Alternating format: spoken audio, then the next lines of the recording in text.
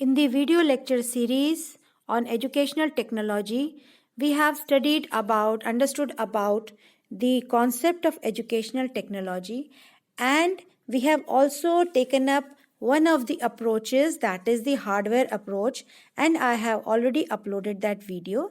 You can go and watch that. Today we shall be discussing about software approach. Hello learners, welcome to my channel all about education. और आज हम जानेंगे कि software approach शैक्षिक तकनीकी में क्या होता है। सॉफ्टवेयर अप्रोच को हम मृदुल उपागम भी कहते हैं। मृदुल यानी कि सॉफ्ट, यानी कि जो आप लोगों ने अक्सर सुना होगा कि कंप्यूटर्स में या इलेक्ट्रॉनिक डिवाइसेस में या आपके फ़ोन वगैरह में सॉफ्टवेयर होते हैं। तो ये सॉफ्टवेयर क्या है, ये कौन सी अप्रोच है, इसके बारे में आज हम विस्तार से समझने की कोशिश करेंगे। सिल्वरमैन की बात करें तो उनका कहना था कि इसको हम कंस्ट्रक्टिव एजुकेशनल टेक्नोलॉजी भी कह सकते हैं। यानी कि यहाँ पे संरचना की जाती है, यहाँ पे कोई चीज़ बनाई जाती है, उसको आकार दिया जाता है, या हम कह सकते हैं कि मृदुल उपागम यंत्रों के स्थान पर सामाजिक एवं मानविकी विषयों के सिद्धांत को महत्व देता है। ये स्किनर के जो कार्य, स्किनर ने, बीएफ स्किनर ने जो भी कार्य किए हैं मनोविज्ञान में, उससे संबंधित है और उसी से इसकी उत्पत्ति हुई है। So software approach has originated from the concept of Skinner and it is based on the psychology of learning। यानी कि ये कहीं ना कहीं मनोविज्ञान से जुड़ा हुआ है। इसका मुख्य रूप से मनोविज्ञान के सिद्धांतों पर ही ये आधारित रहता है। जो सॉफ्टवेयर अप्रोच है ये इस बात का ध्यान रखता है कि हम जो सॉफ्टवेयर की संरचना कर रहे हैं या जो मृदुल उपागम के अंतर्गत आगे बढ़ रहे हैं, ये लोगों के मनोविज्ञान के आधार पर ही संरचित की जाती है, तैयार की जाती है। इसी के माध्यम से शैक्षिक परिस्थिति में छात्रों के व्यवहार में परिवर्तन लाया जाता है। तो जो लर्नर्स, हम लोगों ने हार्डवेयर और सॉफ्टवेयर अप्रोच की बात करी थी, तो अगर आप हार्डवेयर पे मेरा वीडियो देखें तो हार्डवेयर का अर्थ होता है कठोर उपागम, यानी कि मशीन से संबंधित, मैकेनाइजेशन से संबंधित है, यानी कि मशीनीकरण से संबंधित है, मैकेनाइज किया जाता है। तो वहीं मृदुल उपागम या सॉफ्टवेयर जो है, उस मशीन में हम जो भी प्रोग्राम डालते हैं, जो भी विषय वस्तु डालते हैं, जो भी हम नॉलेज के लिए या इंफॉर्मेशन के लिए या ज्ञान के लिए जो भी कार्यक्रम या फॉर्मेट या रूपरेखा तैयार करते हैं, वो हम उस मशीन में जब डालते हैं तो वो सॉफ्टवेयर अप्रोच हो जाती है। तो लर्नर्स, मैं यहाँ पे आपको बताना चाहूँगी कि हार्डवेयर सॉफ्टवेयर के बिना बेकार है और सॉफ्टवेयर बिना हार्डवेयर के किसी काम का नहीं है। तो दोनों ही, चाहे सॉफ्टवेयर हो या हार्डवेयर हो, दोनों एक अधिगमकर्ता के व्यवहार में परिवर्तन लाते हैं। That means both the hardware as well as software work together and bring about the change in the person who is taking the instruction or who is learning or who is undergoing any studies or etc. So एक तरह से हम कह सकते हैं कि जो हमारा मृदुल उपागम है, ये इंस्ट्रक्शनल या टीचिंग मटेरियल या मेथड या विधियां या प्रविधियां उनसे संबंधित है कि हम क्या पढ़ाएंगे, कैसे पढ़ाएंगे, जो हम विषय वस्तु लेंगे, जो कंटेंट लेंगे, वो किस प्रकार का होगा, क्या होगा कंटेंट में। तो इन सब चीज़ों के बारे में बात होती है और इनको हम किस तरह से प्रस्तुत करेंगे, इसके लिए हम कौन से टूल्स, कौन से इंस्ट्रूमेंट्स, कौन से उपकरण प्रयोग करेंगे, वो हमारा हार्डवेयर सेक्शन हो जाता है। तो इस तरह से हम कह सकते हैं कि जो सॉफ्टवेयर है वो हमारे पूरे शिक्षण अधिगम प्रक्रिया को बहुत ही रोमांचक, बहुत ही इम्प्रेसिव, बहुत ही इफेक्टिव, प्रभावी बना देता है, बहुत ही एनरिचिंग एक्सपीरियंस होता है। तो हम ये भी कह सकते हैं कि इसके बारे में डेविस ने भी कहा है कि इस तकनीकी का संबंध अभिक्रमित अधिगम के आधुनिक सिद्धांतों से है। इसमें मुख्यतः हम उद्देश्यों की समाप्ति, कार्य का विश्लेषण, अधिगम कौशल का चयन, पुनर्बलन, मूल्यांकन आदि सम्मिलित होता है।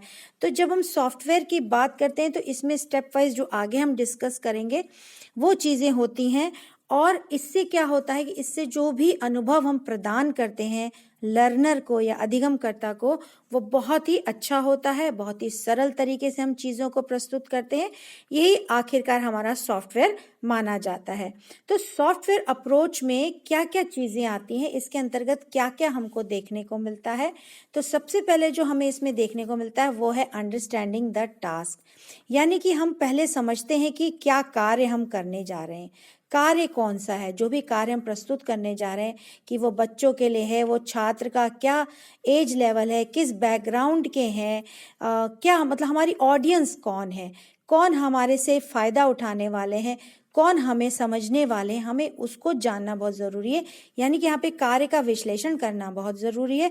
उसके बाद हमारे जो उद्देश्य हैं, हम जब भी सॉफ्टवेयर हमारा अप्रोच हम लेके चलते हैं तो हम ज़रूर जानने की कोशिश करते हैं कि जो भी शिक्षण अधिगम कार्य होने वाला है उसमें जो उद्देश्य हमारे हैं वो कैसे हैं, और ज़्यादातर उद्देश्य हमारे व्यवहार परक होने चाहिए, यानी कि जिनसे हमारे छात्रों में या लर्नर में, अधिगमकर्ता में बिहेवियरल चेंज यानी कि व्यवहारिक बदलाव आए, और वो धनात्मक होना चाहिए, पॉजिटिव चेंज होना चाहिए।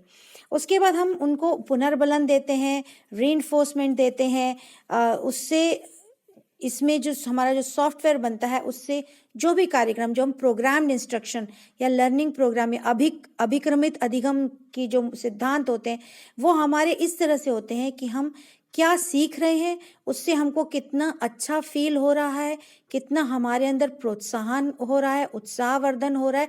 उसके बाद हम नेक्स्ट लेवल पे जाते हैं। तो अभिक्रमित जो होता है, जो प्रोग्राम लर्निंग होती है, वो इसी तरह से स्टेप वाइज होती है, और उसमें हर स्टेप में अगर आप सही कार्य कर रहे हैं तो आपको पुनर्बलन भी दिया जाता है। और आखिर में जो भी हम प्रोग्राम बना रहे हैं, जो भी हम सॉफ्टवेयर तैयार कर रहे हैं, हम उसका मूल्यांकन करते हैं, हम जानने की कोशिश करते हैं कि जो भी हमारा सॉफ्टवेयर तैयार है या जो भी हमारा प्रोग्राम तैयार है वो कितना अच्छा है, नहीं है, कम है, उसके आधार पर हम उसमें बदलाव करते हैं, उसमें सुधार करते हैं।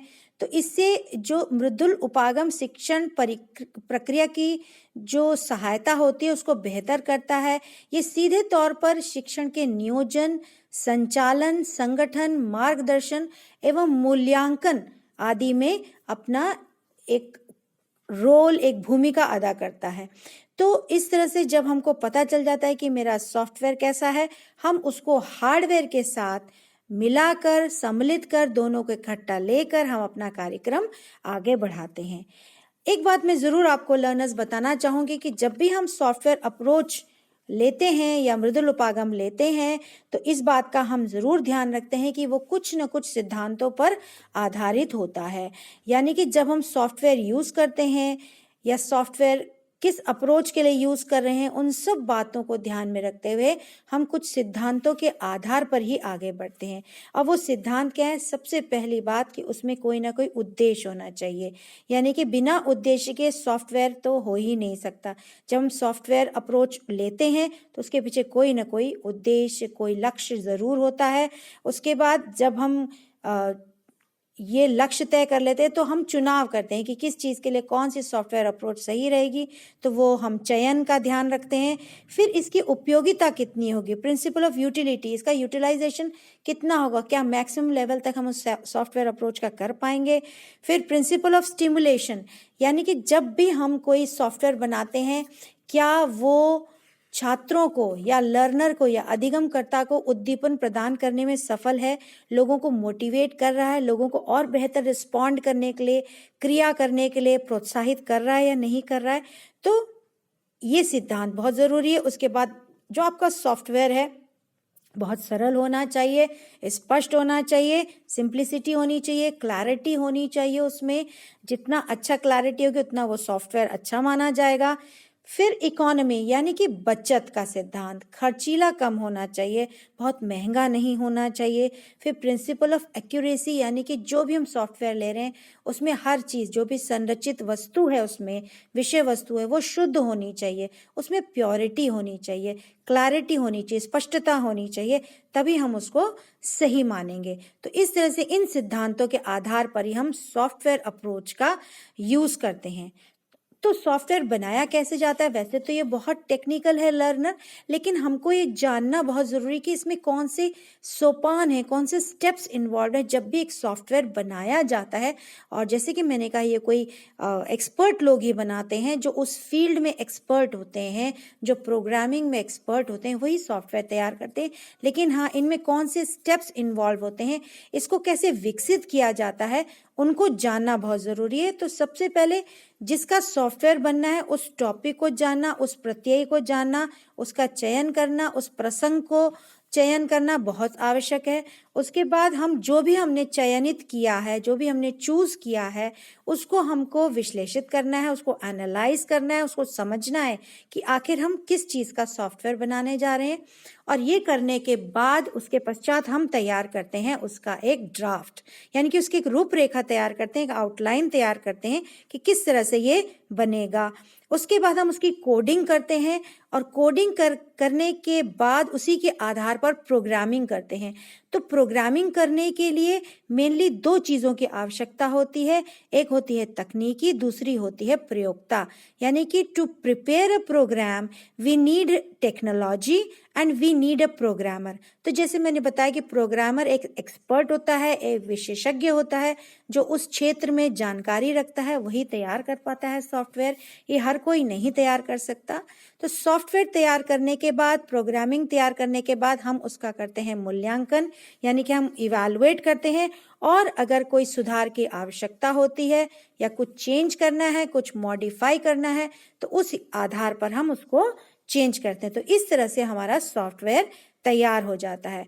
एक बात मैं ज़रूर कहना चाहूँगी लर्नर कि बिना सॉफ्टवेयर के हार्डवेयर किसी काम का नहीं है, और बिना हार्डवेयर के सॉफ्टवेयर किसी काम का नहीं है।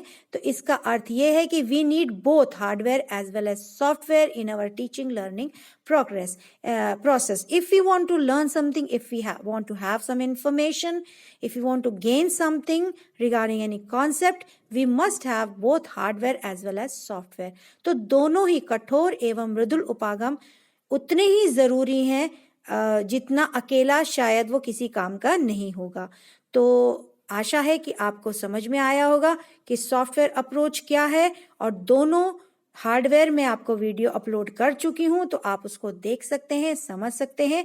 सॉफ्टवेयर यहाँ पे डिस्कस हो चुका है। अगर आपको कोई सजेशन या कोई डाउट हो तो आप ज़रूर पोस्ट करें, और अगर आपको अच्छा लगा हो तो लाइक करें और शेयर करें अपने साथियों के साथ। सब्सक्राइब ना किया हो तो ज़रूर सब्सक्राइब करें। Keep on watching my channel. मैं और भी इस तरह के कॉन्सेप्ट्स अपलोड करती रहूँगी। Thank you for watching.